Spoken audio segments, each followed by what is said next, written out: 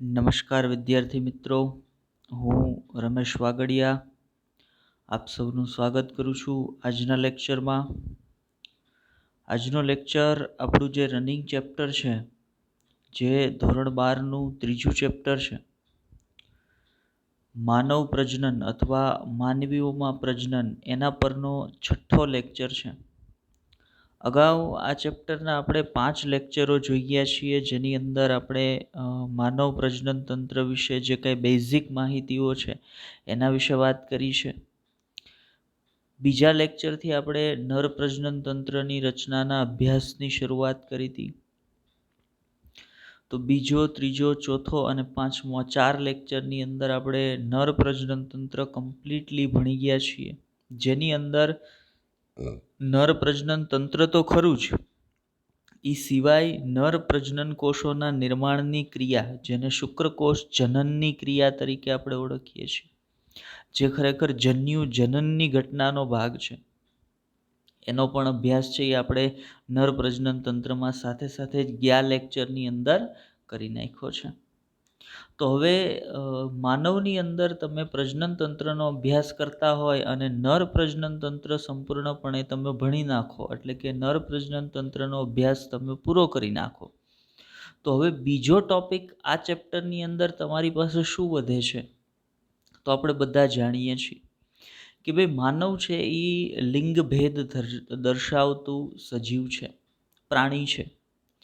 મતલબ એની અંદર નર પ્રાણી અને માતૃ પ્રાણી બંને જુદા જુદા જોવા મળે છે. નર પ્રાણી નર પ્રજનન તંત્ર ધરાવે છે, માતૃ પ્રાણી માતૃ પ્રજનન તંત્ર ધરાવે છે. તો નર પ્રાણીના શરીરમાં પ્રજનનની ક્રિયાવિધિ, પ્રજનન તંત્રના કાર્ય, એના વિવિધ અંગો, આ બધો અભ્યાસ તમે કરી લીધો. તો હવે માનવ પ્રજનન તંત્રમાં તમારી પાસે બાકી શું રહ્યું? તો બે માતૃ પ્રજનન તંત્ર. મતલબ આજના લેક્ચરથી હવે આપણે માનવ પ્રજનનની અંદર બીજો જે ભાગ છે, જેમાં આપણે માદા પ્રજનન તંત્ર કે માતૃ પ્રજનન તંત્રના અભ્યાસ કરવાના છીએ, એની શરૂઆત કરીશું. મતલબ આપણો જે આજનો લેક્ચર છે, આપણો છઠ્ઠો લેક્ચર છે, એની અંદર આપણે માનવમાં માતૃ પ્રજનન તંત્રના અભ્યાસની શરૂઆત કરવાના છીએ. ચલો, તો આજના લેક્ચરની શરૂઆત કરીએ. માતૃ પ્રજનન તંત્રનો અભ્યાસ આપણે કયા સંદર્ભમાં કરીશું? તો એક આપણી પાસે એક માળખું છે બેઝિક. મતલબ એક તંત્ર આપણે નર પ્રજનન તંત્ર ભણી ગયા, તો એની અંદર જે માળખાથી આખા અંગતંત્રનો આપણે અભ્યાસ કરીએ છીએ, સેમ માતૃ પ્રજનન તંત્રની અંદર એ જ માળખાને આપણે ફોલો કરવાનું છે. જેમ કે સૌથી પહેલાં આપણે કઈ બાબતોને ધ્યાનમાં લઈએ, તો સૌથી પહેલાં કોઈ એક અંગતંત્ર છે, તો એ અંગતંત્રની રચના કરતા અંગો વિશે મને ખબર હોવી જોઈએ. કે ભાઈ ઉદાહરણ તરીકે માનો નર પ્રજનન તંત્ર આપણે ભણી ગયા, તો શુક્રપિંડ આવે, ત્યાર પછી અધિવૃષણ નલિકા આવે, શુક્રવાહિની આવે, સ્ખલન નલિકા આવે, મૂત્રજનન માર્ગ આવે, સહાયક પ્રજનન ગ્રંથિ તરીકે શુક્રાશય, પ્રોસ્ટેટ, બલ્બોયુરેથ્રલ ગ્રંથિ, બાહ્ય જનન શિશ્ન, આ તમામ ભાગો, મતલબ એ અંગો મને ખબર હોવા જોઈએ. સેમ માદા પ્રજનન તંત્રનો તમારે અભ્યાસ કરવો છે, તો એની રચના કરતા અંગો વિશે પહેલાં માહિતી લેવી પડે. હવે એની રચના કરતા અંગોને સમજવા માટે એનસીઆરટી બુકની અંદર આપણને જે ડાયાગ્રામ માદા પ્રજનન તંત્રનો આપ્યો છે, ત્યાંથી આપણે આજના લેક્ચરની શરૂઆત કરીએ. બરાબર, ચલો તો લેક્ચરની શરૂઆત કરીએ. આપણી સામે એક પીડીએફ છે, એની અંદર ધ્યાનથી આપણે જોતા જઈએ.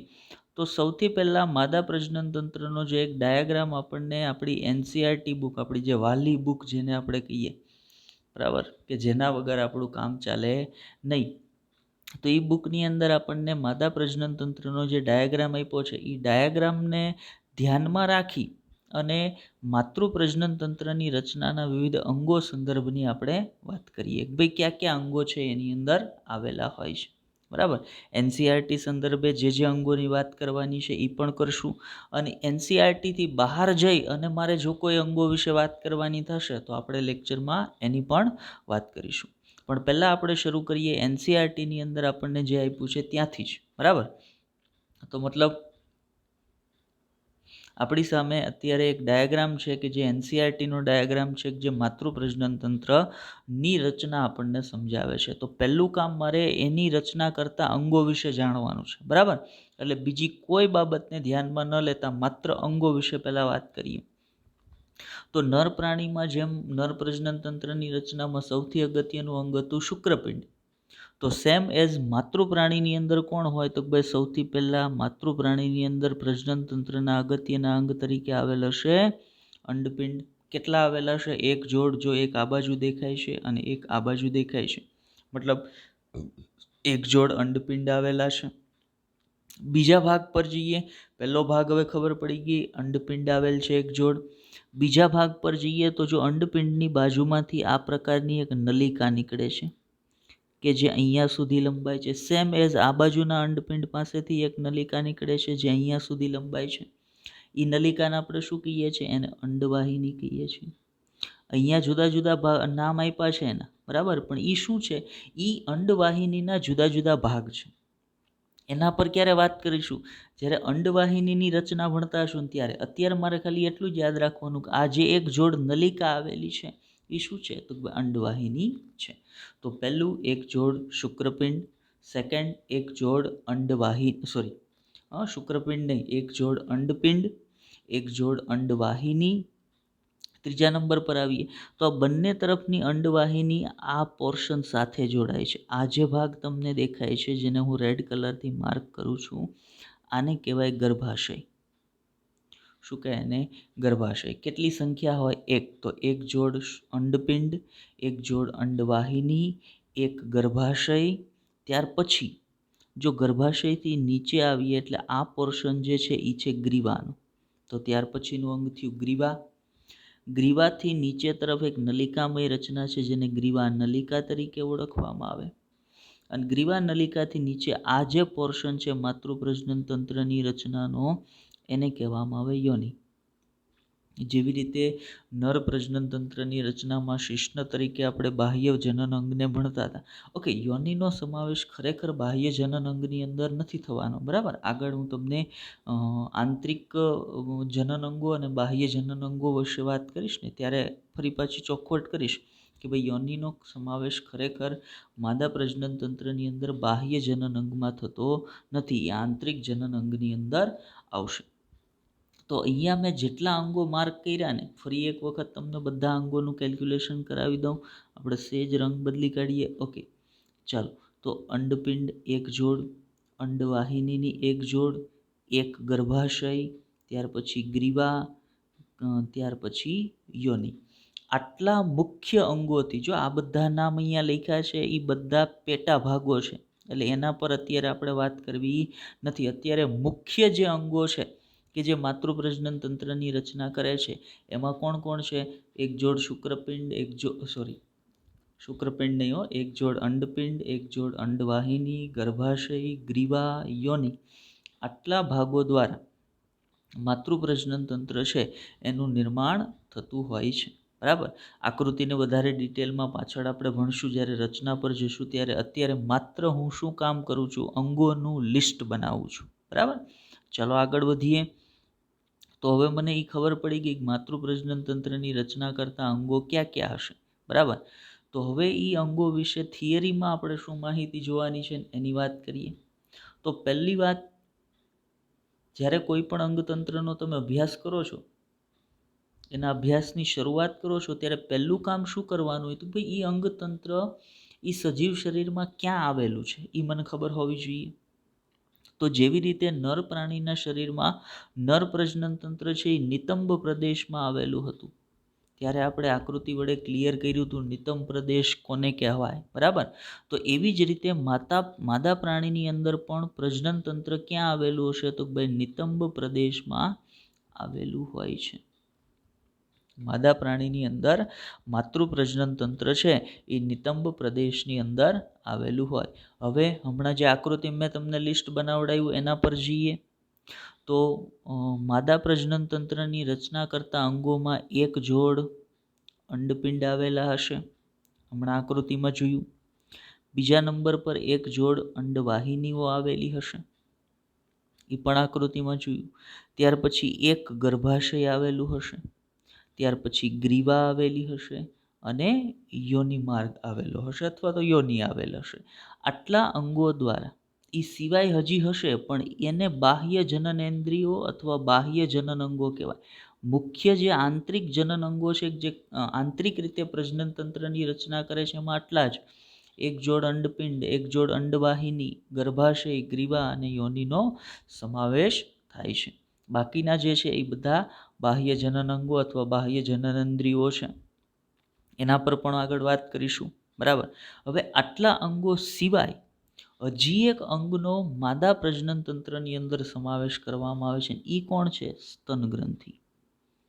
જે કેટલી આવેલી હોય તો માતૃ પ્રાણીની અંદર, જો સ્તન ગ્રંથિ છે એ નર પ્રાણી અને માતૃ પ્રાણી બંનેમાં, માનવની અંદર આમ તો દરેક સસ્તનની અંદર સ્તન ગ્રંથિ છે એ દરેક સસ્તનની લાક્ષણિકતા છે. તો દરેક સસ્તનની અંદર સ્તન ગ્રંથિ આવેલી હશે. પણ જ્યારે લિંગભેદના સંદર્ભમાં વાત કરવામાં આવે ને ત્યારે નર પ્રાણીની અંદર એ અવિકસિત હોય. નર પ્રાણીની અંદર સ્તન ગ્રંથિનો વિકાસ થતો નથી. જ્યારે માતૃ પ્રાણીની અંદર માદા જાતીય અંતઃસ્ત્રાવોની અસર હેઠળ સ્તન ગ્રંથિનો વિકાસ થતો હોય. તો જ્યારે માતૃ પ્રજનન તંત્રની રચનાના અંગો વિશે વાત કરતા હોય ત્યારે એની અંદર ઉપર દર્શાવેલા અંગો સિવાય બીજું કોણ? તો ભાઈ એક જોડ સ્તન ગ્રંથિની પણ આવેલી હોય છે. અને મળી અને રચનાત્મક અને ક્રિયાત્મક એકમ છે એ તૈયાર કરે છે, જેની અંદર પ્રજનન તંત્રના તમામ અંગો સાથે સાથે એક જોડ શુક્રપિંડ, જેને પણ પ્રજનન અંગ તરીકે ગણવામાં આવે છે, આ તમામ ભેગા મળી અને રચનાત્મક અને ક્રિયાત્મક એકમ તરીકે સંકળાય છે. હવે આ જે રચનાત્મક અને ક્રિયાત્મક એકમ બને છે, જે એક જોડ અંડપિંડ, એક જોડ અંડવાહિની, ગર્ભાશય, ગ્રીવા, યોનિ, એક જોડ સ્તન ગ્રંથિઓ એનાથી બને છે, એનું કાર્ય શું છે? તો માદા પ્રાણીના શરીરની અંદર અંડકોષ પાત. અંડકોષ પાત એટલે શું?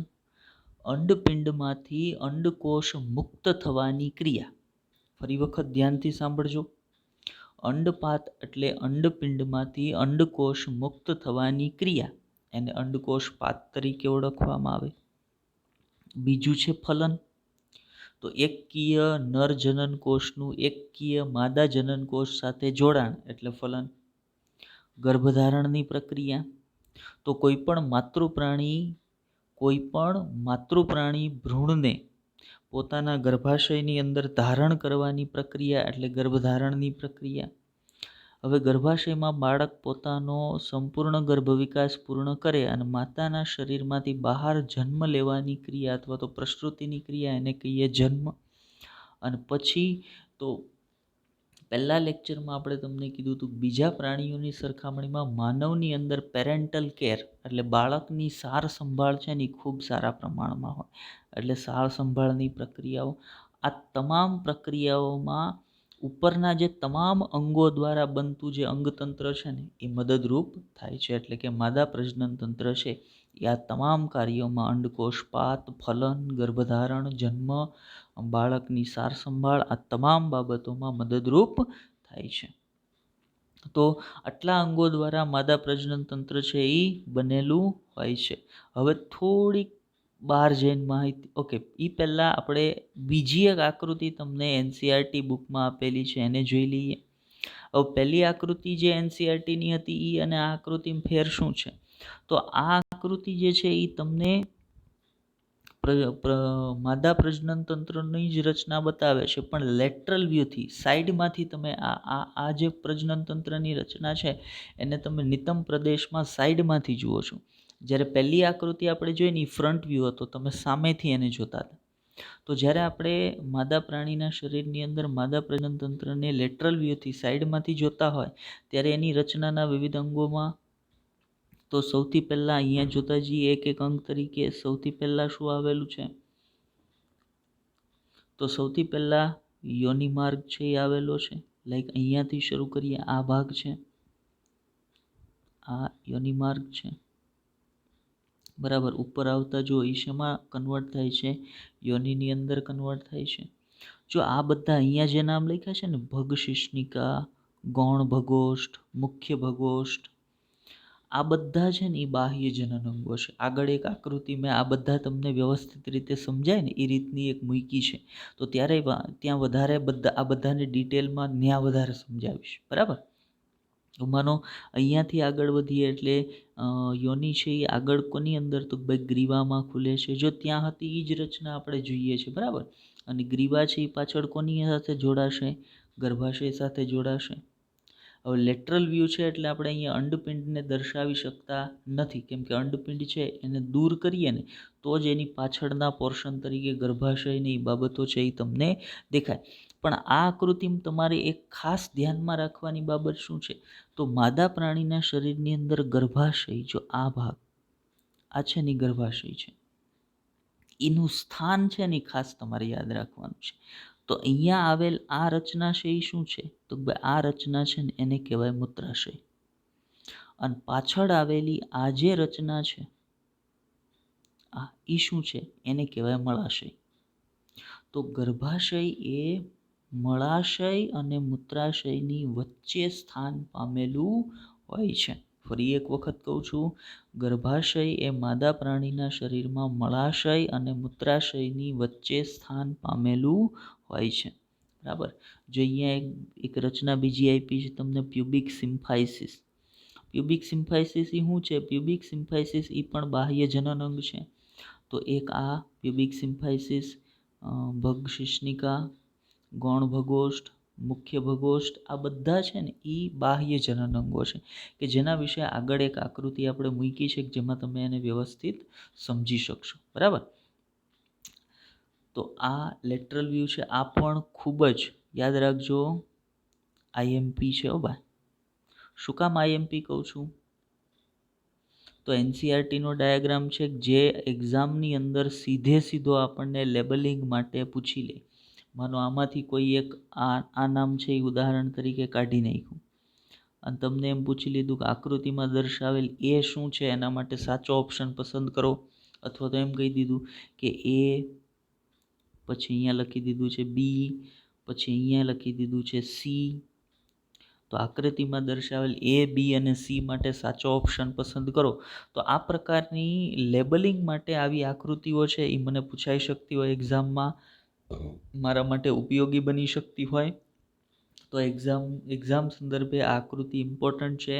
તો એક વખત આપણે આપણી જે નોટ બનાવીએ છીએ નોટની અંદર આ આકૃતિને કમ્પ્લીટલી દોરી લેશું. એની રચનાના તમામ અંગો કઈ રીતે ગોઠવણી ધરાવે છે એ તમામનું લેબલિંગ ખૂબ જ ઇમ્પોર્ટન્ટ છે મારા માટે. અહીંયા આપણે આઈએમપી લખી દીધું એનો અર્થ એવો થાય છે કે ભાઈ આઈએમપી છે જ, બરાબર. એ પૂછાઈ શકે, જેની પૂછાવાની શક્યતા ખૂબ વધારે છે. એટલા માટે જ આપણે તમને અહીંયા કહીએ છીએ કે ભાઈ એ ઇમ્પોર્ટન્ટ છે. તો આકૃતિને ખૂબ ધ્યાનથી સમજવાની છે એકદમ. અને ખાસ યાદ રાખવા જેવી બાબતો શું છે, તો ભાઈ અહીંયા જે મુખ્ય પ્રજનન અંગો છે જેની અંદર 3 જ અંગ છે મુખ્ય પ્રજનન અંગ તરીકે, ગ્રીવા, પછી અહીંયા લખ્યું છે યોનિ, ગ્રીવા અને આ ભાગ ગર્ભાશય, બરાબર. કેમ કે એ છે ને એ મુખ્ય અંગો છે. બાકી બધા જે આમાં દર્શાવેલા છે એ બધા કેવા અંગો છે, એ બધા બાહ્ય જનન અંગો છે જેના વિશે આગળ હું તમને કહીશ. ચાલો આગળ વધીએ. તો એનસીઆરટીના બંને ડાયાગ્રામ મેં તમને આપણા લેક્ચરની શરૂઆતમાં જ બતાવી દીધા છે અને એની રચના કયા સંદર્ભમાં છે એના વિશે આપણે તમને માહિતી આપી દીધી છે. બે ડાયાગ્રામ ખૂબ જ ઇમ્પોર્ટન્ટ છે ભાઈ. બંને ડાયાગ્રામને વ્યવસ્થિત રીતે નોટબુકની અંદર આપણે ઉતારી લેવાના છે. નામ નિદર્શન મગજની અંદર કમ્પ્લીટ ઉતારી લેવાના છે, બરાબર. ચાલો આગળ વધીએ. Very good. હવે થોડુંક એનસીઆરટીથી બહાર નીકળીને વાત કરીએ, બરાબર. જે વાત ઉપર આપણે કરી ગયા ને એના સંદર્ભે થોડાક એનસીઆરટીથી બહાર નીકળીએ. હવે એનસીઆરટીમાં આપણે જે વાત કરી એમાં શું કીધું, તો ભાઈ નર પ્રજનન તંત્રની રચનામાં અંડપિંડ છે, અંડવાહિનીઓ છે, ગ્રીવા છે, ગર્ભાશય છે, ગ્રીવા છે, યોનિ, આ મુખ્ય અંગો છે અને બાકી બધી બાહ્ય જનનેન્દ્રિયો છે, બરાબર. આવી ટૂંકમાં વાત કરી એનસીઆરટીએ. હવે એ વાતને થોડીક વિસ્તારથી કરીએ આપણે, જેથી કરીને આપણને સમજવામાં સરળતા રહે. તો અહીંયા જોઈએ, માદા પ્રજનન તંત્રની રચના કરતા અંગોને 2 ભાગમાં વિભાજિત કરી શકાય. કયા 2 ભાગમાં? એકને કહેવાય બાહ્ય જનન અંગો અને એકને કહેવાય આંતરિક જનન અંગો. બરાબર. એક્સટર્નલ જીનાઇટિલિયા અને આ છે ઇન્ટરનલ જીનાઇટિલિયા, એટલે કે બાહ્ય જનનંગો અને આંતરિક જનનંગો. હવે બંને જનનંગો માટે આપણે અહીંયા નીચે લિસ્ટ મૂક્યા છે કે જેથી આપણે બંને પ્રકારના જે જનનાંગો છે એના વિશે માહિતી મેળવી શકીએ. તો જોઈએ, પહેલાં વાત કરી છે બાહ્ય જનનંગો વિશે આપણે તમને. તો બાહ્ય જનનંગોમાં કોનો સમાવેશ થશે? તો એક હશે મોન્સ પ્યુબિસ, એક હશે મુખ્ય ભગોષ્ઠ, એક હશે ગૌણ ભગોષ્ઠ, એક હશે અહીંયા ભાગ નહીં હો, અહીંયા ભગ શિશ્નિકા, પછી હશે યોનિપટલ, પછી હશે વેસ્ટિબ્યુલ ઓફ વજાઇના. એટલે આ જે છે ને એ એમ કહી શકાય યોની છિદ્ર, બરાબર, એમ કહી શકો. પછી અહીંયા છે બર્થોલિન ગ્રંથિ, ઇમ્પોર્ટન્ટ ગ્રંથિ છે બર્થોલિન ગ્રંથિ. એના કાર્ય વિશે આપણે પાછળ વાત કરીશું, પણ અત્યારે માત્ર એના નામ છે ને મગજમાં શોર્ટ આઉટ કરી લેવાના છે કે ભાઈ બાહ્ય જનનંકવ એટલે એમાં કોણ કોણ આવે? તો ભાઈ એની અંદર મોન્સ પ્યુબિસ, મુખ્ય ભગોષ્ઠ, ગૌણ ભગોષ્ઠ, ભગ શિશ્નિકા, યોનિપટલ, વેસ્ટિબ્યુલ ઓફ વજાઇના એટલે વજાઇનાનું છિદ્ર, અને બર્થોલિન ગ્રંથિ, આ બધા છે એની અંદર આવે છે. અને જ્યારે આંતરિક જનનંગો કહું ત્યારે એક જોડ શુક્રપિંડ, એક જોડ અંડવાહિની, ગર્ભાશય, ગ્રીવા અને યોનિમાર્ગ. આ છે એ શેમાં આવશે? તો ભાઈ આવશે આંતરિક જનનંગોની અંદર. તો આપણે જે આગળ વાત કરી ગયા એ જ છે, પણ આગળ કેવું હતું, બધું ભેગું કહી દીધું હતું. અને આપણે હવે શું કર્યું? તો જે તમામ અંગો હતા ને એને સ્પષ્ટ એવા બે ભાગમાં ડિવાઈડ કરી નાખ્યા કે ભાઈ બાહ્ય જનનંગો અને આંતરિક જનનંગો. બરાબર. આંતરિક જનનંગો વધારે અગત્યના છે. આંતરિક જનનંગો માદા પ્રજનન તંત્રની રચના માટે વધારે અગત્યના છે. બાહ્ય જનનંગો છે એનું કાર્ય કેવું હોય? સહાયક કાર્ય હશે. બરાબર, રક્ષણાત્મક કાર્ય છે, સહાયક કાર્ય છે, એવું કાર્ય કરતા હશે. મુખ્ય પ્રજનનની ક્રિયા સંદર્ભનું કાર્ય કોનું છે? તો ભાઈ જેટલા આંતરિક જનનંગો છે એનું. તો હવે આ જે બાહ્ય જનનંગો અને આંતરિક જનનંગો છે એના સ્થાનને, ખાસ કરીને બાહ્ય જનનંગોના સ્થાનને સમજવા માટે આપણે આગળ એક આકૃતિ મૂકી છે. તો એ આકૃતિની અંદર બાહ્ય જનનંગોના પહેલાં સ્થાન સમજી લઈએ. ચાલો આગળ વધીએ. તો અહીંયા બાહ્ય જનનંગોને દર્શાવતી એક આકૃતિ છે એ આપણે મૂકી છે. તો એ આકૃતિની અંદર પહેલાં બાહ્ય જનનંગો જેટલા મેં તમને કીધા છે એ બધા બાહ્ય જનનંગોનું લિસ્ટ યાદ કરો. તો એમાં શું હતું? તો એક હતું મુખ્ય ભગોષ્ઠ અને ગૌણ ભગોષ્ઠ. બરાબર. હવે તમે માદા પ્રજનન તંત્રની રચનામાં જે બાહ્ય જનનંગ તરીકે ઓળખાતી રચના, એટલે એનો શરૂઆતનો ભાગ જેને કહીએ, માદા પ્રજનન તંત્રની શરૂઆતનો ભાગ કે જ્યાંથી માદા પ્રજનન તંત્ર છે એ માતૃ પ્રાણીના શરીરની બહારની તરફ ખુલે છે, ત્યાં આ જે યોનિ છિદ્ર આવેલું હશે એની ઉપરની બાજુએ આ પ્રકારની એક ગળી, સ્નાયુલ ગળી છે એ તમને જોવા મળશે. આ જે બહાર તરફની મોટી ગળી જે હશે એને કહેવાશે મુખ્ય ભગોષ્ઠ. અને એ બહાર તરફની મોટી ગળીની અંદરની તરફે આ પ્રકારની તમને નાની ગળી જોવા મળે છે. એ જે નાની ગળી છે એને કહેવામાં આવે છે ગૌણ ભગોષ્ઠ. એને શું કહેવાય? તો એને ગૌણ ભગોષ્ઠ તરીકે ઓળખવામાં આવે છે. મતલબ આ બે બાહ્ય જનનંગો છે, મુખ્ય ભગોષ્ઠ અને ગૌણ ભગોષ્ઠ. ચાલો, એની વાત કરી લીધા પછી એ સિવાયના જેટલા બાહ્ય જનનંગો છે એની રચના પર જઈએ. તો એ સિવાયના બાહ્ય જનનંગો તરીકે આપણે કોની વાત કરવાની છે? તો ભાઈ સિવાયના બાહ્ય જનનંગો તરીકે આપણે જોઈતી એક ગ્રંથિ, બર્થોલિન ગ્રંથિ. બર્થોલિન ગ્રંથિનું અત્યારે મારે ખાલી સ્થાન સ્પષ્ટ કરવાનું છે કે ક્યાં આવેલી છે. કાર્ય અત્યારે બર્થોલિન ગ્રંથિનું નથી જોવાનું. બર્થોલિન ગ્રંથિનું કાર્ય અને બાકી તમામ બાહ્ય જનનંગોનું કાર્ય છે ને એ તંત્ર જ્યારે આપણે સંપૂર્ણ ભણી લેશું ને ત્યારે એન્ડમાં કહીશ. અત્યારે માત્ર સ્થાન કે ભાઈ મુખ્ય ભગોષ્ઠ ક્યાં છે, ગૌણ ભગોષ્ઠ ક્યાં છે, બર્થોલિન ગ્રંથિ. તો આજે આપણે ગૌણ ભગોષ્ઠની વાત કરીને એની જે નીચે તરફની ધાર હશે, અહીંયા આપણે રેડ કલરથી તમને માર્ક કરીએ તો આ સ્થાન પર બર્થોલિન ગ્રંથિ છે એ આવેલી હશે. બરાબર. તો હવે બર્થોલિન ગ્રંથિનું સ્થાન પણ ક્લિયર છે આપણને. ઉપર તરફ આગળ વધીએ તો એક રચના અહીંયા નામ આપ્યું છે ભગ શિશ્નિકા. ભગશિષ્ણિકાનું કાર્ય કોના જેવું છે? નરમાં જે બાહ્ય જનન અંગ હતું જેને આપણે શિશ્ન તરીકે ઓળખતા હતા, એક્ઝેક્ટ એના જેવું. જો રચના સંદર્ભે એના જેવું નથી, પણ કાર્ય સંદર્ભે એક્ઝેક્ટ એના જેવું છે. બરાબર. જે ક્યાં આવેલું હશે? તો જે મુખ્ય ભગોશ છે એ મુખ્ય ભગોશની ઉપરની જે ધાર છે ને ત્યાં અહીંયા આવેલ હશે. કોણ? ભગશિષ્ણિકા છે એ અહીંયા આવેલ હશે. પછી અહીંયા જો એક રચના કીધી છે મૂત્રવાહિનીનું છિદ્ર. તો માતૃ પ્રાણીની અંદર નર પ્રાણીની અંદર શું હતું? જનન કોષો અને મૂત્ર આ બંનેનું વહન કરાવતી નલિકા એક જ માત્ર હતી, જેને આપણે મૂત્ર જનન માર્ગ કહેતા હતા. પણ જ્યારે માદા પ્રજનન તંત્ર ભણીએ ને ત્યારે બહુ સ્પષ્ટ ક્લિયર રહેવાનું કે એની અંદર મૂત્રનું વહન કરાવતી નલિકા અલગ છે, બરાબર, અને પ્રજનન કોષોનું વહન કરાવતી નલિકા અલગ છે, અથવા પ્રજનન તંત્રનો જે માર્ગ છે એ પણ અલગ છે, બરાબર. એને જ પ્રજનન તંત્રનો જે માર્ગ છે એને આપણે યોનિ છિદ્ર કહીએ છીએ, અને આ જે છે એ મૂત્રવાહિનીનું યુરિથ્રાનું છિદ્ર છે, બરાબર. તો અને નીચે તરફે અહીંયા મળદ્વાર છે એ આવેલો હશે. તો આટલા બાહ્ય જનન અંગો છે એ માતૃ પ્રાણીના શરીરની રચનામાં, અથવા તો આટલા બાહ્ય અંગોને મારે ધ્યાનમાં રાખવાના છે.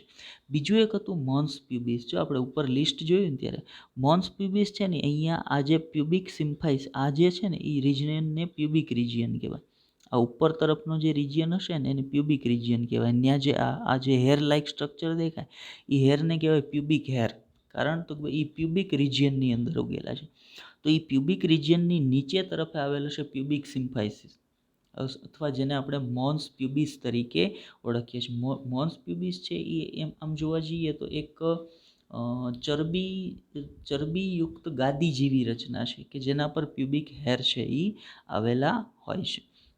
તો આ પ્રકારની રચના, આ પ્રકારે બાહ્ય પ્રજનન અંગો છે એ માતૃ પ્રજનન તંત્રની રચનામાં આવેલા હશે. એનાથી આગળ વાત કરીએ તો હવે બીજી એક આકૃતિ આપણે અહીંયા મૂકી છે જે આંતરિક પ્રજનન અંગોની છે, બરાબર.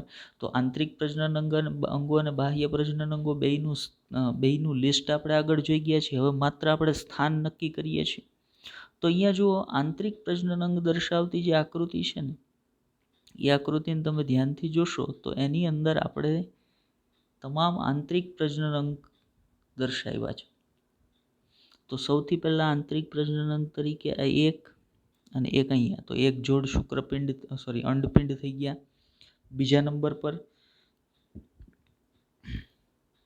બંને અંડપિંડ પાસેથી આ પ્રકારની એક નલિકા નીકળે છે. તો એક અહીંયા આ બે નલિકાને શું કહીએ? અહીંયા નીચે નામ વાંચો, એને અંડવાહિની કહીએ. આ જે છે એ અંડપિંડ છે. હવે એ બંને અહીંયા ભેગી થઈ જાય છે. તો આ જે સ્પેસ છે એને શું કહેવાશે? એને ગર્ભાશય તરીકે આપણે ઓળખીએ છીએ, બરાબર. એનાથી નીચે આવો એટલે આ જે રિજિયન હશે આ ગ્રીવા નલિકા હશે.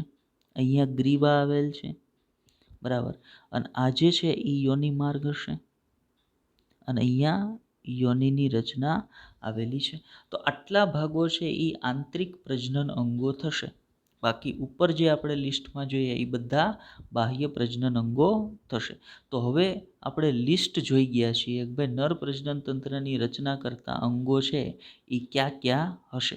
હવે માનો કોઈ એક અંગતંત્રને તમારે ભણવું છે, તો સૌથી પહેલું તમે કામ એ કર્યું એ અંગતંત્ર પ્રાણી શરીરમાં ક્યાં આવેલું છે. તો પહેલાં નક્કી કર્યું એ આવેલું ક્યાં છે? તો ભાઈ નિતંબ પ્રદેશમાં આવેલું છે. બીજી અગત્યની વાત કઈ લીધી? બીજી અગત્યની વાત લીધી કે એ અંગતંત્રની રચના કરતા અંગો ક્યાં ક્યાં છે? તો બે પ્રકારના બાહ્ય પ્રજનન અંગો, આંતરિક પ્રજનન અંગો. બેયનું લિસ્ટ બનાવ્યું. બાહ્ય પ્રજનન અંગોમાં કોણ કોણ આવે, આંતરિક પ્રજનન અંગોમાં કોણ કોણ આવે. પછી આકૃતિની મદદ વડે બાહ્ય પ્રજનન અંગોના સ્થાન નક્કી કર્યા, આંતરિક પ્રજનન અંગોના સ્થાન નક્કી કર્યા, એ જોઈ લીધા. હવે એ અંગતંત્રને ભણવા માટે એ અંગતંત્રની રચના કરતા દરેક અંગનો અભ્યાસ કરીએ. એટલે જેમ જેમ તમે એક એક અંગનો અભ્યાસ એ અંગતંત્રની રચનાના કરતા જશો એમ ઓટોમેટિકલી એ અંગતંત્રનો અભ્યાસ થતો જશે. તો આપણે શરૂઆત કરીએ માદા પ્રજનન તંત્રની રચનાનું સૌથી અગત્યનું અંગ, જેને આપણે પ્રાથમિક પ્રજનન અંગ પણ કહીએ છીએ, બરાબર. તો માદા પ્રજનન તંત્રની અંદર પ્રાથમિક પ્રજનન અંગ કોણ હશે? તો ભાઈ પ્રાથમિક પ્રજનન અંગ હશે અંડપિંડ. તો યાદ કરો, નર પ્રજનન તંત્રની અંદર પ્રાથમિક પ્રજનન અંગ કોણ હતું? યસ, કોણ હતું?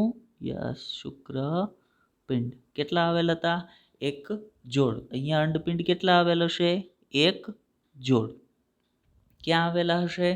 તો નિતંબ પ્રદેશમાં, નિતંબ પ્રદેશની અંદર સેજ નીચેની બાજુએ બંને તરફે એક એક એમ એક જોડ આવેલા હશે.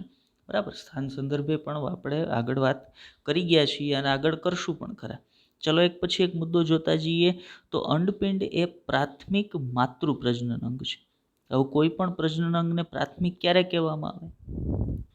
તો એ પ્રજનન અંગ છે એ પ્રજનન કોષોના નિર્માણ કરવાની ક્ષમતા ધરાવતું હોય ને ત્યારે એને પ્રાથમિક પ્રજનન અંગ કહેવાય. તો જેમ શુક્રપિંડ છે એ શુક્રકોષ બનાવતું હતું, તો અંડપિંડ છે એ અંડકોષ બનાવે છે, એટલે અંડપિંડને પ્રાથમિક પ્રજનન અંગ કીધું છે. આગળ વાત કરીએ એનાથી, તો તે માદા પ્રજનન કોષો એટલે કે અંડકોષો ઉત્પન્ન કરે છે. આ સિવાય એના કારણે માદા પ્રજનન અંગો કોષો ઉત્પન્ન કરે છે એટલે અંડકોષો ઉત્પન્ન કરે છે એટલે પ્રાથમિક પ્રજનન અંગ થઈ ગયું. આ સિવાય બીજું કામ શું કરશે? તો પોતે ઘણા સ્ટીરોઇડ અંતઃસ્ત્રાવો, જેને ઓવેરિયન હોર્મોન્સ તરીકે પણ ઓળખવામાં આવે, એને ઉત્પન્ન કરે છે. અથવા તમે એના માટે માદા જાતીય અંતઃસ્ત્રાવો એવો શબ્દ પણ વાપરી શકો કે ભાઈ અંડપિંડનું કાર્ય શું છે? અંડકોષો ઉત્પન્ન કરવા. આ સિવાય માદા જાતીય અંતઃસ્ત્રાવોનો પણ સ્ત્રાવ કરવો. બરાબર, એમાં કોણ કોણ આવે? ઇસ્ટ્રોજન છે, પ્રોજેસ્ટેરોન છે, આ બધા માદા જાતીય અંતઃસ્ત્રાવો છે. તો એનો સ્ત્રાવ કોની અંદરથી થાય? તો અંડપિંડમાંથી થતો હોય. એની કયા પ્રકારના અંતઃસ્ત્રાવો છે? તો સ્ટીરોઇડ પ્રકારના અંતઃસ્ત્રાવો છે. આગળ વાત કરીએ તો અંડપિંડ એ ઉદર પ્રદેશમાં નીચે તરફ દરેક બાજુએ એક એક એમ ગોઠવાયેલ હશે. અંડપિંડ છે એ ઉદર પ્રદેશની અંદર નીચે તરફે દરેક બાજુએ એક એક એમ ગોઠવાયેલ હશે. જો અહીંયા આકૃતિની અંદર એક અંડપિંડ આ બાજુએ ગોઠવાયેલ છે, એક અંડપિંડ આ બાજુએ ગોઠવાયેલ છે. આ છે એ ઉદર પ્રદેશ છે વ્યક્તિનો. તો ઉદર પ્રદેશની અંદર બંને તરફે એક એક, ઉદર પ્રદેશમાં નીચે તરફ, બરાબર, ઉદર પ્રદેશની શરૂઆત ઘણી ઉપરથી થઈ છે. ઉદર પ્રદેશમાં નીચે તરફે બંને બાજુએ એક એક એમ એક જોડ અંડપિંડ છે એ માદા પ્રાણીના શરીરમાં ગોઠવાયેલ હોય છે. ચલો ફરી પાછા ઉપર જ્યાં વાત કરતા હતા ત્યાં જતા રહીએ. હવે દરેક અંડપિંડની રચના પર જઈએ તો દરેક અંડપિંડ છે એ 2 થી 4 સેન્ટીમીટર લંબાઈ ધરાવતું હશે. પ્રશ્ન અહીંયા આપણો એવો પ્રશ્ન પૂછાઈ ગયેલ છે એક વખત કે શુક્રપિંડ અને અંડપિંડની સરખામણી કરતા બેમાંથી કઈ પ્રજનન ગ્રંથિ છે ને એ કદમાં મોટી હશે? તો નોર્મલી આપણા મગજમાં આવે કે ભાઈ અંડપિંડ છે ને એ મોટી હશે, પણ ખરેખર એવું નથી. શુક્રપિંડ છે એ કદમાં અંડપિંડ કરતાં ઘણી મોટી છે. બરાબર. હવે તો ભાઈ અંડપિંડ 2 થી 4 સેન્ટીમીટર લંબાઈ ધરાવતી રચના છે. ઉદર પ્રદેશમાં નીચેની બાજુએ આવેલ છે, બંને તરફે એક એક એમ આવેલ છે. હવે ઉદર પ્રદેશમાં અથવા નિતંબ પ્રદેશની અંદર કઈ રીતે ગોઠવાયેલી છે એની વાત કરી. માનો ઉદર પ્રદેશમાં કે નિતંબ પ્રદેશમાં બંને બાજુ એક એક છે, તો મુક્ત લટકતી તો નહીં હોય ને, એને આધાર આપતી કંઈક રચનાઓ તો ત્યાં હશે ને. બરાબર, તો એની વાત કરીએ તો જુઓ અહીંયા આપણે પીડીએફની અંદર તમને વાત કરી છે કે અંડપિંડ નિતંબની દિવાલ સાથે તેમજ ગર્ભાશય સાથે અસ્થિબંધ, એને કેવો અસ્થિબંધ કહેવાય? સસ્પેન્સરી લિગામેન્ટનો અર્થ થાય અસ્થિબંધ, સસ્પેન્સરી, જે અંડપિંડને સસ્પેન્ડ કરાવે. સસ્પેન્ડ માટે ગુજરાતી વર્ડ હું તમને શું કહું? લટકતી નહીં પણ આધાર આપે છે. બરાબર, એવો એક અસ્થિબંધ કે જે નિતંબ પ્રદેશમાં અંડપિંડને આધાર આપવાનું કામ કરે છે. અને આ જે મિઝોવેરિયમ છે એ નિતંબ પ્રદેશની જે દિવાલ હોય જેને પેરિટોનિયમ કહેવાય, જે માનવ શરીરની જે શરીર દિવાલ છે ને એનું સૌથી અંદર તરફનું સ્તર હોય ને એને પેરિટોનિયમ કહેવાય. તો નિતંબ પ્રદેશની અંદર એ જે પેરિટોનિયમ હશે ને એના ફોલ્ડ એટલે એની ગળી, એ ગળીને કહેવાય મિઝોવેરિયમ. એ મિઝોવેરિયમની મદદ વડે નિતંબની દિવાલ સાથે અંડપિંડ છે ને જોડાયેલ હોય છે. ચલો આ બંને બાબત હું તમને આકૃતિમાં બતાવું. બરાબર. હવે એનસીઆરટીની જે આકૃતિ છે ને એ આકૃતિની અંદર, ચલો આપણે આકૃતિને થોડીક મોટી કરી દઈએ. એ આકૃતિની અંદર બે વસ્તુ મેં જે તમને કીધી ને એમાંથી એક વસ્તુ નથી બતાવેલી. કઈ નથી બતાવેલી? તો જેને અસ્થિબંધ કીધું છે એની અસ્થિબંધ નથી બતાવેલી. અસ્થિબંધ કઈ રીતે હશે? ચાલો હું તમને અહીંયા બતાવું. તો આ જે છે એ અંડપિંડ છે. બરાબર. હવે અંડપિંડ છે ને આ પ્રકારની એક રચના વડે અહીંયાથી એક અસ્થિબંધ આવતો હશે, જેને લિગામેન્ટ અથવા સસ્પેન્સરી લિગામેન્ટ કહેવાય, જે અહીંયાથી આમ લંબાયેલો હશે, જે એને ક્યાં જોડે? ગર્ભાશયની દિવાલ સાથે જોડી રાખે. આ પ્રકારનો એક લિગામેન્ટ છે એ હશે. આ લિગામેન્ટ અથવા આને અસ્થિબંધ તરીકે આપણે ઓળખીએ અથવા સસ્પેન્સરી લિગામેન્ટ તરીકે ઓળખીએ. આ થઈ લિગામેન્ટની વાત. બીજી વાત મેં તમને કરી મિઝોવેરિયમની. મિઝોવેરિયમ છે એ શું છે? તો મિઝોવેરિયમ છે એ ચામડીની એક ગળી છે. જો અહીંયા પાછળની બાજુએ અંડપિંડમાં અહીંયાથી અંડપિંડ છે એ કોઈ એક ચામડી જેવી રચના સાથે પાછળની બાજુએ જોડાયેલું હોય એવું તમને લાગે છે. અહીંયા ચામડી જેવી રચના આવેલી છે કે જેનાથી અંડપિંડ છે એ જેની સાથે જોડાયેલ છે. આ જે ચામડીની ગળી છે ને કે જે અંડપિંડને જોડી રાખે છે, કોની સાથે? નિતંબ પ્રદેશની દિવાલ સાથે જોડી રાખે છે, એને કહેવાશે મિઝોવેરિયમ. મિઝોવેરિયમ. અને આ જે રેડ કલરનું જે અહીંયા અસ્થિબંધ આપ્યો છે એને કહેવાય સસ્પેન્સરી લિગામેન્ટ. આ બે શબ્દની કોઈ પણ પ્રકારની માહિતી એનસીઆરટીમાં નથી હો ભાઈ. એટલે આ બે શબ્દ ખૂબ જ ઇમ્પોર્ટન્ટ છે. બે જે જોડાણ કરતી રચનાઓ છે, આ બે રચનાઓ એવી છે કે જેના કારણે અંડપિંડ છે એ નિતંબ પ્રદેશની અંદર એવી રીતે સ્થાપિત થયેલું છે, જોડાયેલું છે. જો આ બે ન હોય ને તો અંડપિંડ છે એ ત્યાં રહી ન શકે, ત્યાંથી ખરી જાય અથવા નીચે પડી જાય. પણ એવું નથી થતું. પાછળનું કારણ શું છે? તો એક સસ્પેન્સરી લિગામેન્ટ અને બીજું મિઝોવેરિયમ. મિઝોવેરિયમ એટલે ચામડીની ગળી કે જે અંડપિંડને કોની સાથે જોડી રાખે? નિતંબ પ્રદેશની દિવાલ સાથે. બરાબર. અને સસ્પેન્સરી લિગામેન્ટ એટલે અસ્થિબંધ, જે અંડપિંડને કોની સાથે જોડી રાખે છે? તો જે ગર્ભાશયની દિવાલ સાથે જોડી રાખે છે. આ સિવાય સસ્પેન્સરી લિગામેન્ટની અંદરથી ઘણા બધા ઘટકો છે એ શુક્રપિંડની અંદર પ્રવેશતા હોય, પણ એની વાત પર અત્યારે નથી જતા આપણે. બરાબર. ઓકે, ચાલો. તો ઉપર જે આપણે વાત કરી હતી મેં તમને આકૃતિમાં તમામ બાબતો અંડપિંડ વિશે સમજાવી. હજી એનાથી નીચે જઈએ, થોડીક બાબતોને ક્લિયર કરીએ. તો હવે આપણે અંડપિંડની જે બાહ્ય રચના છે ને એને જોઈ લીધી. હવે એની અંદર જઈએ થોડે. તો દરેક અંડપિંડ છે એ એક પાતળા અધિચ્છદીય આવરણથી આવરિત હોય. આ જે આવરણ છે એ 3 સ્તરનું બનેલું હશે. એની અંદર ટ્યુનિકા આલ્બુજિનિયા આવેલું હશે, આવું અધિચ્છદેય આવેલું હશે, અને ત્રીજું એક સંયોજક પેશીનું આવરણ પણ આવેલું હશે. બરાબર. એનસીઆરટી આપણને માત્ર અધિચ્છદીય આવરણની વાત કરી છે. એ સિવાય તમારે બીજું એક યાદ રાખવાનું છે, ટ્યુનિકા આલ્બુજિનિયા. બરાબર. મતલબ 3 સ્તરની દિવાલ હોય, જેમાંથી મારે યાદ રાખવાના 2 અગત્યના, એક અધિચ્છદીય આવરણ અને બીજું હોય ટ્યુનિકા આલ્બુજિનિયા. તો અંડપિંડ છે એ બહારની બાજુએથી આવા પાતળા અધિચ્છદીય આવરણથી આવરિત હોય. હવે આવા અધિચ્છદીય આવરણથી આવરિત જે અંડપિંડનો અંદર તરફનો અવકાશ હશે ને એને અંડપિંડ આધારક કહેવાય. હવે નીચે મેં અંડપિંડની આકૃતિ રાખેલી છે, એની અંદર તમને સમજાવું અંડપિંડ આધારક એટલે શું.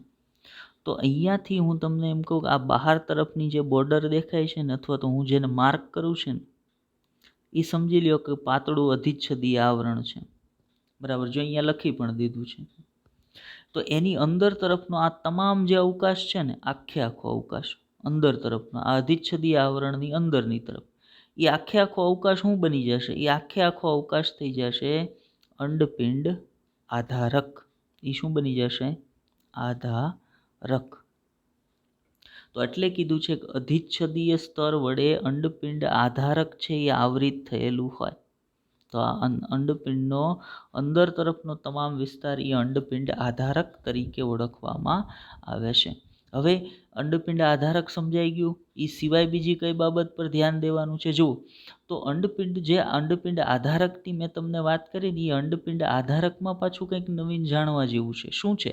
તો અંડપિંડ આધારક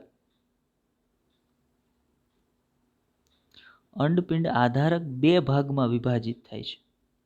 અંડપિંડ આધારક બે ભાગમાં વિભાજિત થાય. એમાં પરિઘવર્તી વિસ્તાર છે ને એને કહેવાય અંડપિંડ બાહ્ય, અને જે કેન્દ્રસ્થ વિસ્તાર છે ને એને કહેવાય અંડપિંડ મજ્જક. બાયોલોજીની અંદર કોઈ પણ એક ગોળાકાર રચના હોય ને, ગોળાકાર રચના એને બે ભાગમાં તમે વિભાજિત કરો ને, એમાં બે ભાગ ક્યાં હોય? એક કેન્દ્રસ્થ હોય અને એક પરિઘવર્તી વિસ્તાર હોય. ત્યારે હંમેશા કેન્દ્રસ્થ ભાગને મજ્જક જ કહેવાય, અને જે પરિઘવર્તી ભાગ છે એને બાહ્યક જ તરીકે ઓળખવામાં આવે. જેમ કે એડ્રિનલની વાત કરો તો એડ્રિનલ મજ્જક, એડ્રિનલ બાહ્યક. કિડનીની વાત કરો તો રિનલ બાહ્યક અને રિનલ મજ્જક. તો બાહ્યક અને મજ્જક છે એ અહીંયા રિસ્પેક્ટિવલી વપરાતા વર્ડ છે, બરાબર. હવે બાહ્યક આખું આધારક શું છે એ તો મને ખબર પડી ગઈ. હવે એની અંદર જુઓ, યલો કલરથી જેટલો પોર્શન તમને દેખાય ને બહાર તરફનો, મતલબ અહીંયાથી હું જે બોર્ડર કરું ને, આ જે બોર્ડર કરું છું એ બોર્ડરની બહાર તરફનો જેટલો વિસ્તાર તમને દેખાય એ બધો યલો કલરનો છે. જો તમે ધ્યાન દેશો ને તો એ યલો કલરનો તમામ વિસ્તાર છે એ શું છે? તો ભાઈ એ યલો કલરનો તમામ વિસ્તાર છે ને એ અંડપિંડ બાહ્યક છે. કારણ એ પરિઘવર્તી વિસ્તાર છે ને, એટલે એ બાહ્યક થઈ ગયું. અને જે અહીંયા સેજ અંદર તરફનો વિસ્તાર જે છે, ગ્રીન કલરની લાઇનિંગથી અંદર તરફનો વિસ્તાર એ શું છે? એ થઈ જશે અંડપિંડ મજ્જક. તો સૌથી પહેલાં પાતળું અધિચ્છદીય આવરણ, એનાથી ઘેરાયેલ આખો અંડપિંડનો અવકાશ, એને શું કહેવાય? અંડપિંડ આધારક. અંડપિંડ આધારકમાં પરિઘવર્તી વિસ્તાર એને અંડપિંડ બાહ્યક, કેન્દ્રસ્થ વિસ્તાર એને અંડપિંડ મજ્જક, બરાબર. હવે એનાથી આગળ જઈએ, નીચે એક આકૃતિ આપણે બીજી મૂકી છે, આ પણ અંડપિંડની જ આકૃતિ છે. આ આકૃતિની અંદર આપણે શું જોવાનું છે? તો આકૃતિની અંદર તમે બાહ્યક અને મજ્જક વિસ્તારને જોશો ને, તો જો અહીંયા હું તમને ડિવાઈડ કરી દઉં. આ જે ગોળ સર્કલ છે ને એની અંદરનો વિસ્તાર છે ને એને તમે કહી દો મજ્જક, અને એની બહારનો જેટલો વિસ્તાર છે ને આ બધો એ શું છે? એ બધો છે ગુડ બાહ્યક. હવે તમે જુઓ, બાહ્યકની અંદર તમને કંઈ વિશિષ્ટ દેખાય છે? તો ભાઈ હા, બાહ્યકમાં આ પ્રકારના ગોળ રાઉન્ડ દેખાય છે. આ રાઉન્ડ છે એ શું છે ભાઈ? એ રાઉન્ડ છે ને એને કહેવાય પુટ્ટિકા. એને શું કહેવાય? અંડપિંડીય પુટ્ટિકા, અંડપિંડમાં આવેલી પુટ્ટિકા. હવે અંડપિંડની અંદર આવી ઘણા બધા સ્વરૂપની પુટ્ટિકા હોય, અને પુટ્ટિકા હંમેશા અંડપિંડના કયા વિસ્તારમાં હોય? બાહ્યકમાં હોય. યાદ રાખજો, પુટ્ટિકા હંમેશા અંડપિંડના બાહ્યકમાં હોય. મજ્જકમાં આવી કોઈ પુટ્ટિકા હોતી નથી, બરાબર. ચાલો આગળ વધીએ.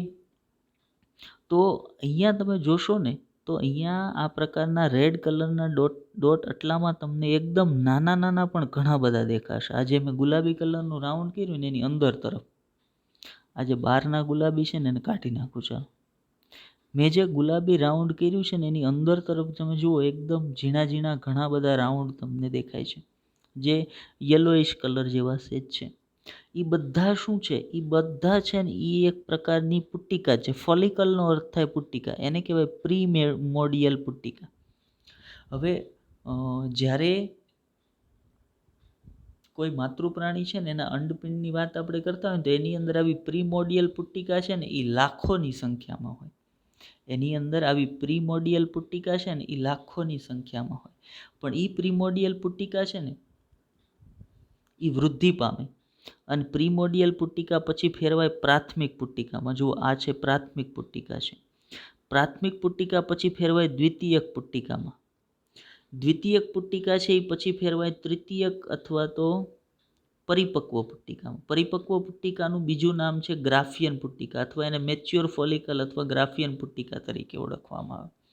મતલબ તો પ્રિમોડિયલ ફોલિકલ, એમાંથી બને પ્રાઇમરી ફોલિકલ, એમાંથી બને સેકન્ડરી ફોલિકલ, એમાંથી બને ટર્શરી ફોલિકલ, એમાંથી બને ગ્રાફિયન ફોલિકલ. ગ્રાફિયન ફોલિકલ છે ને એ એકદમ પરિપક્વ પુટ્ટિકા છે, બરાબર. ગ્રાફિયન પુટ્ટિકા અથવા ગ્રાફિયન ફોલિકલનો અર્થ થાય પુટ્ટિકા, બરાબર.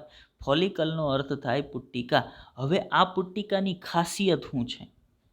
આ પુટ્ટિકાની ખાસિયત છે, દરેક પુટ્ટિકામાં જુઓ તમને સેન્ટરમાં પીળા કલરનો એક કોષ દેખાય છે.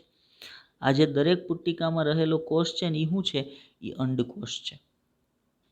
હવે પ્રિમોડિયલ પુટ્ટિકામાં હતો, પ્રાઇમરી પુટ્ટિકામાં છે, મતલબ પ્રાથમિક પુટ્ટિકામાં છે, દ્વિતીયક પુટ્ટિકામાં છે, તૃતીયક પુટ્ટિકામાં છે, ગ્રાફિયન પુટ્ટિકામાં પણ છે.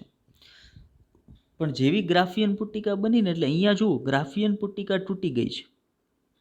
ગ્રાફિયન પુટ્ટિકા તૂટી ગઈ અને એમાં જે અંડકોષ હતો ને એ મુક્ત થઈ ગયો. તો એ અંડકોષ ગ્રાફિયન પુટ્ટિકામાંથી માત્ર મુક્ત નથી થયો, એ અંડપિંડની અંદરથી મુક્ત થઈ ગયો. તો ગ્રાફિયન પુટ્ટિકા સ્વરૂપની જે પરિપક્વ પુટ્ટિકા હશે એમાંથી અંડકોષ મુક્ત થવાની ક્રિયાને શું કહેવાય? અંડકોષપાત તરીકે ઓળખવામાં આવે, અથવા અંડપતનની ક્રિયા તરીકે ઓળખવામાં આવે. અને એમાં અંડકોષ માત્ર પુટ્ટિકામાંથી નહીં પણ અંડપિંડમાંથી મુક્ત થઈ જતો હોય. હવે પુટ્ટિકામાંથી અંડકોષ મુક્ત થઈ ગયો, પણ પુટ્ટિકાની જે બીજી પેશી હતી ને એમ નમ રહી છે. જુઓ હવે આ જે બીજી પેશી વધી ને એ શું બનાવી નાખશે? એની અંદરથી એક રચના બનશે અંડપિંડની અંદર, એને કહેવાય કોર્પસ લ્યુટિયમ. આ જે બન્યું ને એને કહેવાય કોર્પસ લ્યુટિયમ. કોર્પસ લ્યુટિયમ બહુ અગત્યની રચના છે. જો અહીંયા નામ પણ લખ્યું છે કોર્પસ લ્યુટિયમ. શું કામ? તો કોર્પસ લ્યુટિયમ છે ને એ એક માદા જાતિ અંતઃસ્ત્રાવ પ્રોજેસ્ટેરોનનો સ્ત્રાવ કરે છે.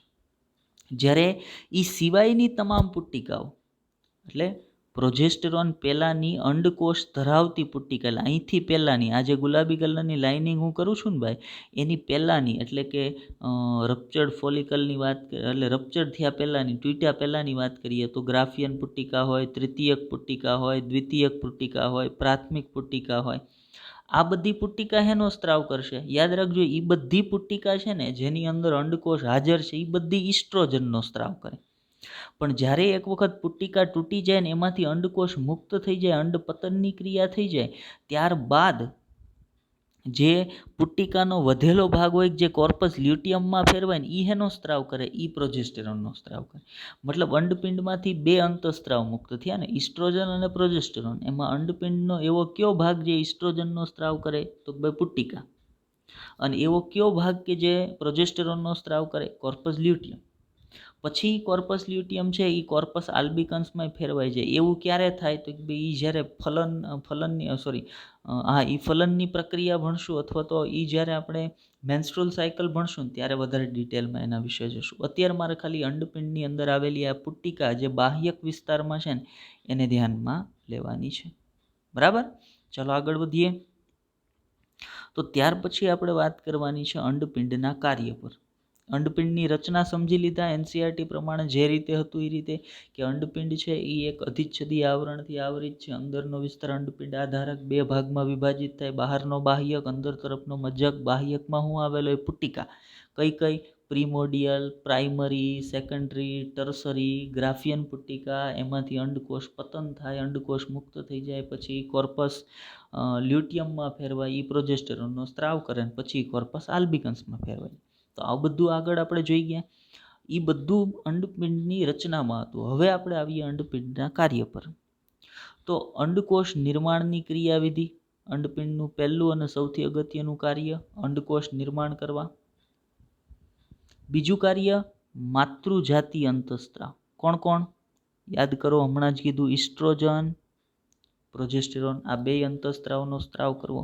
હવે મારા મગજમાં એ હોવું જોઈએ, અંડપિંડમાં આવેલી એવી કઈ રચના જે ઇસ્ટ્રોજનનો સ્ત્રાવ કરે, જે પ્રોજેસ્ટેરોનનો સ્ત્રાવ કરે? જો અહીંયા લખી દીધું કે અંડપિંડમાં જે અંડપિંડીય પુટ્ટિકાઓ છે કે જેની અંદર અંડકોષ આવેલો હોય, જેમ કે પ્રાથમિક, દ્વિતીયક, તૃતીયક, ગ્રાફિયન, આ બધી પુટ્ટિકા છે જેની અંદર અંડકોષ હશે ને એ બધી ઇસ્ટ્રોજનનો સ્ત્રાવ કરશે. પણ એક વખત અંડપતન થઈ જાય પછી અંડકોષ નીકળી ગયા બાદ પુટ્ટિકાનો જે વધેલો ભાગ હોય ને, જે શેમાં ફેરવાય? કોર્પસ લ્યુટિયમમાં.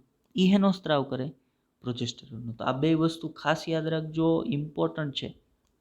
અહીંયા કહું છું ઇમ્પોર્ટન્ટ છે, IMP ઇમ્પોર્ટન્ટ છે, બરાબર. આ બે વસ્તુ યાદ રાખજો. ચલો એનાથી આગળ જઈએ તો અંડપિંડ દર મહિને એક અંડકોષ મુક્ત કરે છે, પરંતુ એકાંતરે. આ બાબત થોડી કન્ફ્યુઝ કરે એવી છે. તો અહીંયા એને આપણે તમને એ કન્ફ્યુઝનને દૂર કરાવીએ.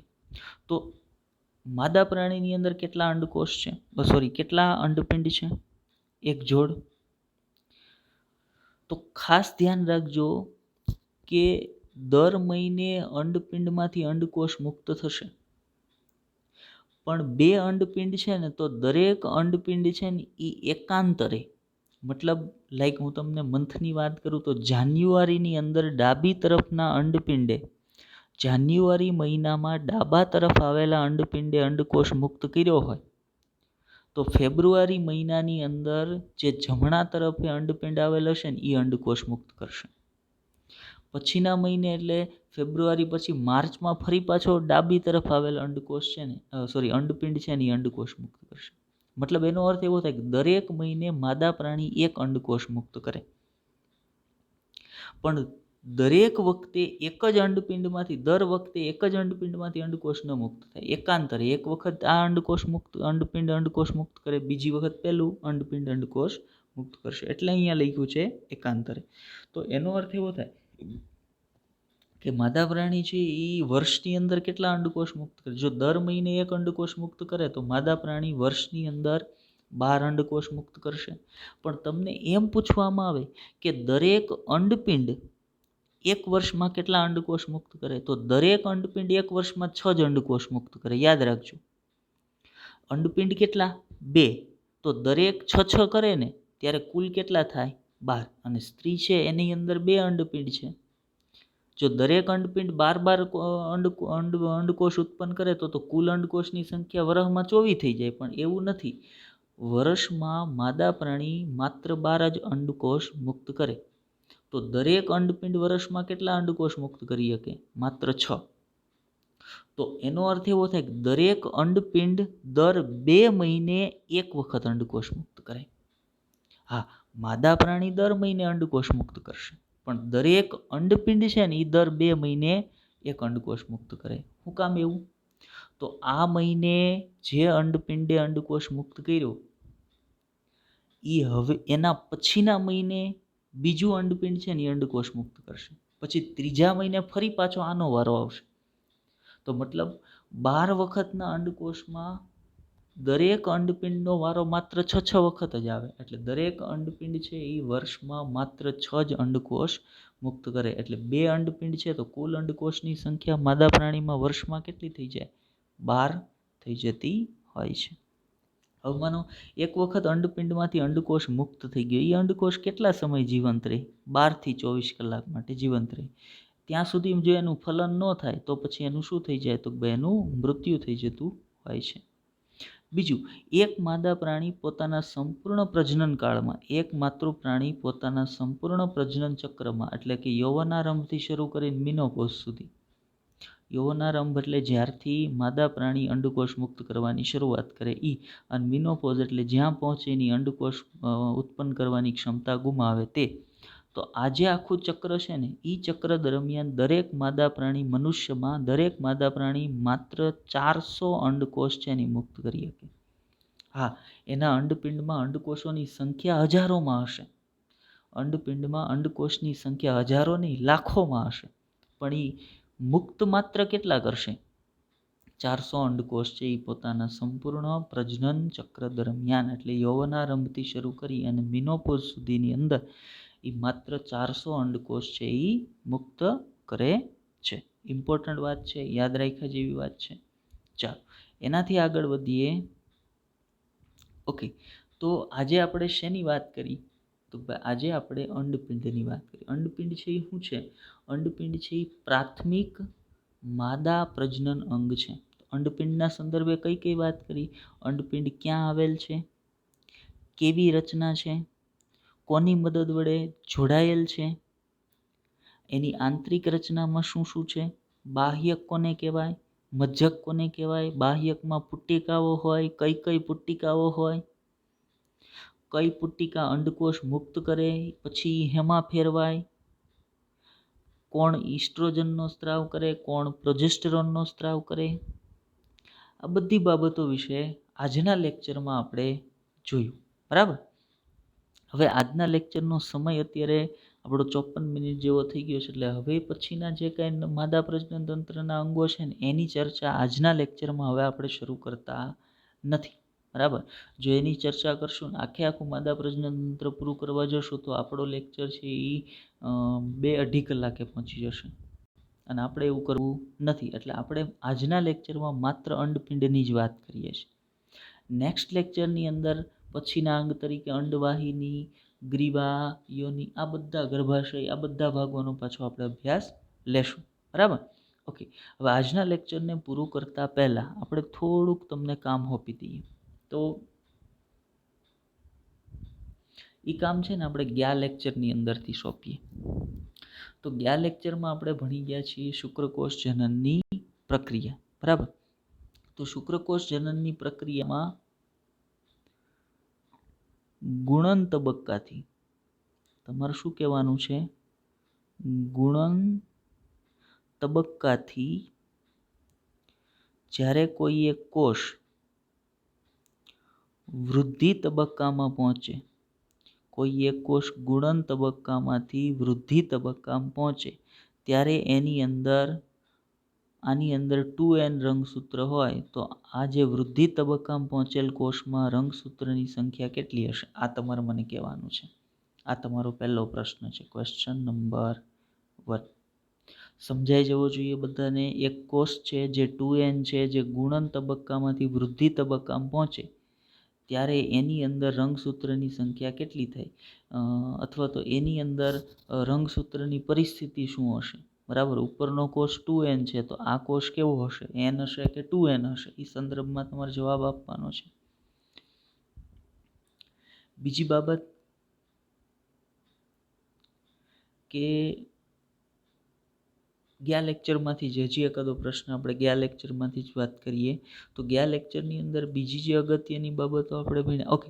ગયા લેક્ચરની અંદરથી બીજો એક પ્રશ્ન આપણે કે ભાઈ એન્ડ્રોજન અંતઃસ્ત્રાવનો સ્ત્રાવ, એન્ડ્રોજન અંતઃસ્ત્રાવનો સ્ત્રાવ કયા અંતઃસ્ત્રાવની અસર હેઠળ હશે? આ તમારો બીજો ક્વેશ્ચન. ક્વેશ્ચન 2 એન્ડ્રોજન અંતઃસ્ત્રાવનો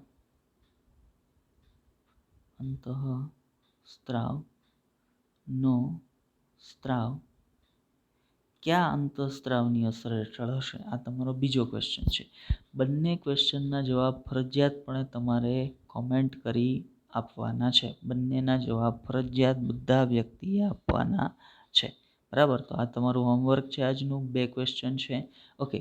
આજના લેક્ચરની અંદર તો આપણે માત્ર અહીંયા સુધી રાખીએ. પછીની માહિતી છે અને આજે આપણે જોતા નથી. આજનો લેક્ચર આપણે અહીંયા પૂરો કરી દઈએ છીએ. તો આજના લેક્ચરમાં આપણે શું ભણ્યા ભાઈ? તો ભાઈ આપણે પ્રાથમિક માત્ર પ્રજનન અંગ વિશે માત્ર વાત કરી છે. બરાબર. ચાલો તો આજનો લેક્ચર અહીંયા પૂરો કરીએ છીએ. ધ્યાનથી લેક્ચર જોજો, સમજવાનો પ્રયત્ન કરજો. ન સમજાતી બાબતને કોમેન્ટ કરજો. આપણે ફરી એક વખત એને જોશું. બાકી બેસ્ટ ઓફ લક.